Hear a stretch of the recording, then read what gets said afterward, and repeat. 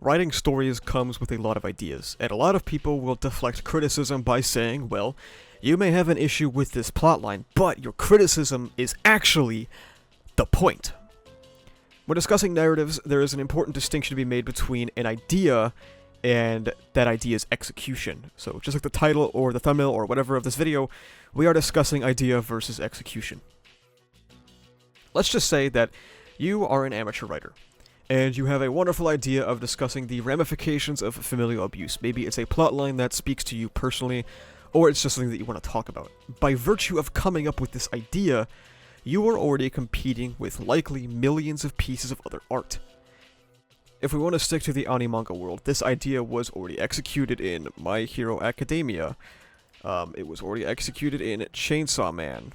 It was already done in Code Geass. It was already done in Tokyo Ghoul. And multiple other stories that I've either forgotten or likely don't even know about. When you come up with an idea, you are immediately on the back foot because it has been done before.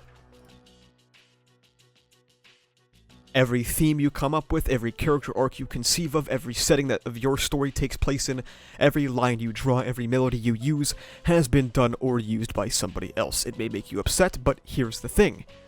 That doesn't matter. Let's go ahead and put a second X, because that doesn't matter. Art is not this simple. It's not this vacuum state of just being purely an idea. It's also only natural for people to lift concepts or ideas from others. Art history is a cascade of people going, huh, that's a pretty good idea, but there are directions I think that should have gone, or that I would be interested in exploring. Oftentimes less charitably said online as, man, fuck this guy, take his hands. You can find inspiration from so many stories you might be familiar with in other stories, which is why a lot of these stupid memes when, MHA, that's just green Naruto. Or you have the, wow, JJK took everything from Bleach. These criticisms ring so hollow, especially when you think that authors like Horikoshi or Akutami literally grew up with Naruto and Bleach, likely saw things they liked and also didn't like about those stories, and carried that influence with them into their own works, and you're just too young or stupid to see that Naruto and Bleach probably did the same with their predecessors. A lot of people deflect this criticism of ideas with poor execution by saying, well, you're just mad it didn't go the way you wanted to, and yes, that is the very crux of art criticism.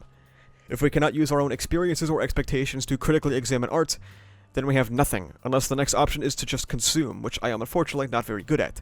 Just like how I've spoken about how stories are written absolutely chock full of inspiration, so too is examining art and interpretive analysis. It's very, very difficult to view these things in a vacuum. Let's think of the importance of an idea. It's a big part of coming up with a story because it's what directly leads into execution, but at the same time, it's also not as important as some might think. Let's do a thought experiment here. Olivia is coming up with a story idea. Let's say a rom-com. Sounds like something that's very Olivia core. Specifically, one centering around a fake relationship. This is probably up there with one of the most used rom-com tropes that exists, but doesn't mean that it can't be done well.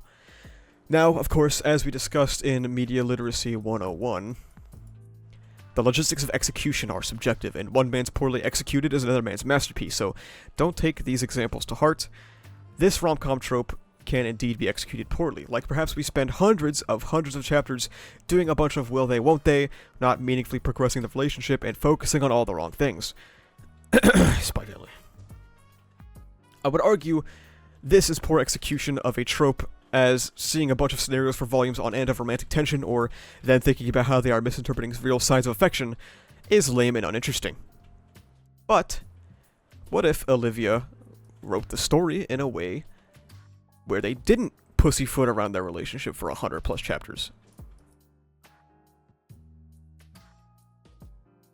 Put a lot of focus on their budding relationship. And so on and so forth. I would say that this is well executed. You could also play around with the original premise of a fake relationship. You could put a fresh spin on an old idea, like a story about celebrities dating for PR or something. A very different premise than your standard fake dating for school life shit. You could add depth to the fake relationship by actually making them think out the logistics of a fake relationship, rather than just set and forget for the most part. Now, you've seen the thumbnail of this video. You know that I'm going to be talking about JJK, because I find this to be a prime example of putting an idea over execution and the issues that it causes with your story. I'm aware that this is a pretty unpopular opinion, but this is my opinion. Jujutsu Kaisen early on introduces a particular idea that is pretty important to its story, and that's death. The Jujutsu world is a world that is full of it. People die young, they die with their ideas unrealized, goals unfulfilled, and leaving behind loved ones. It's a story that hopes to encapsulate the tragedy of death. So due to that, JJK is a series full of death. Our introduction to the series is the death of Itadori's grandfather, and later on somebody that Itadori kind of fails to save, in a way. I'm not going to name any current examples of character deaths because I don't want this video to have too many spoilers, and I will likely be talking about JJK more at length in a future video.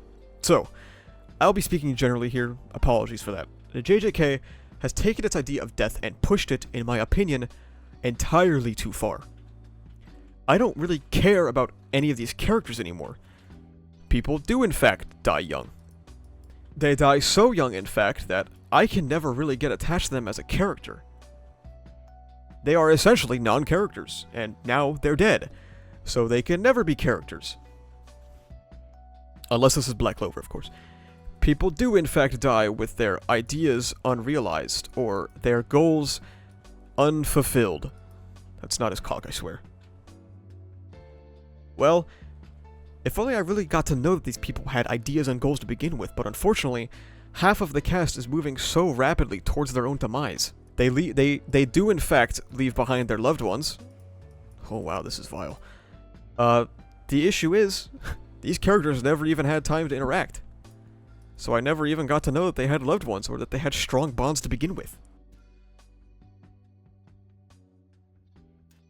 And that's my primary issue. They never get to be characters.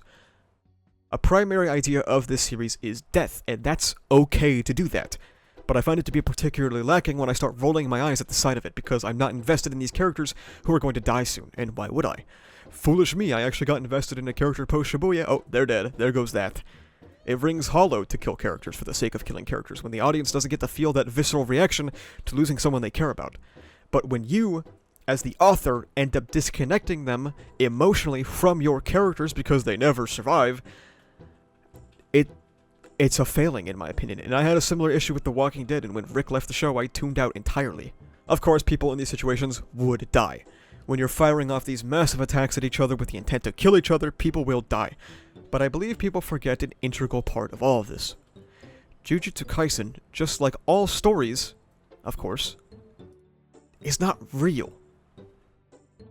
Every event, every character choice, every piece of world building, every fight and every death is written by somebody.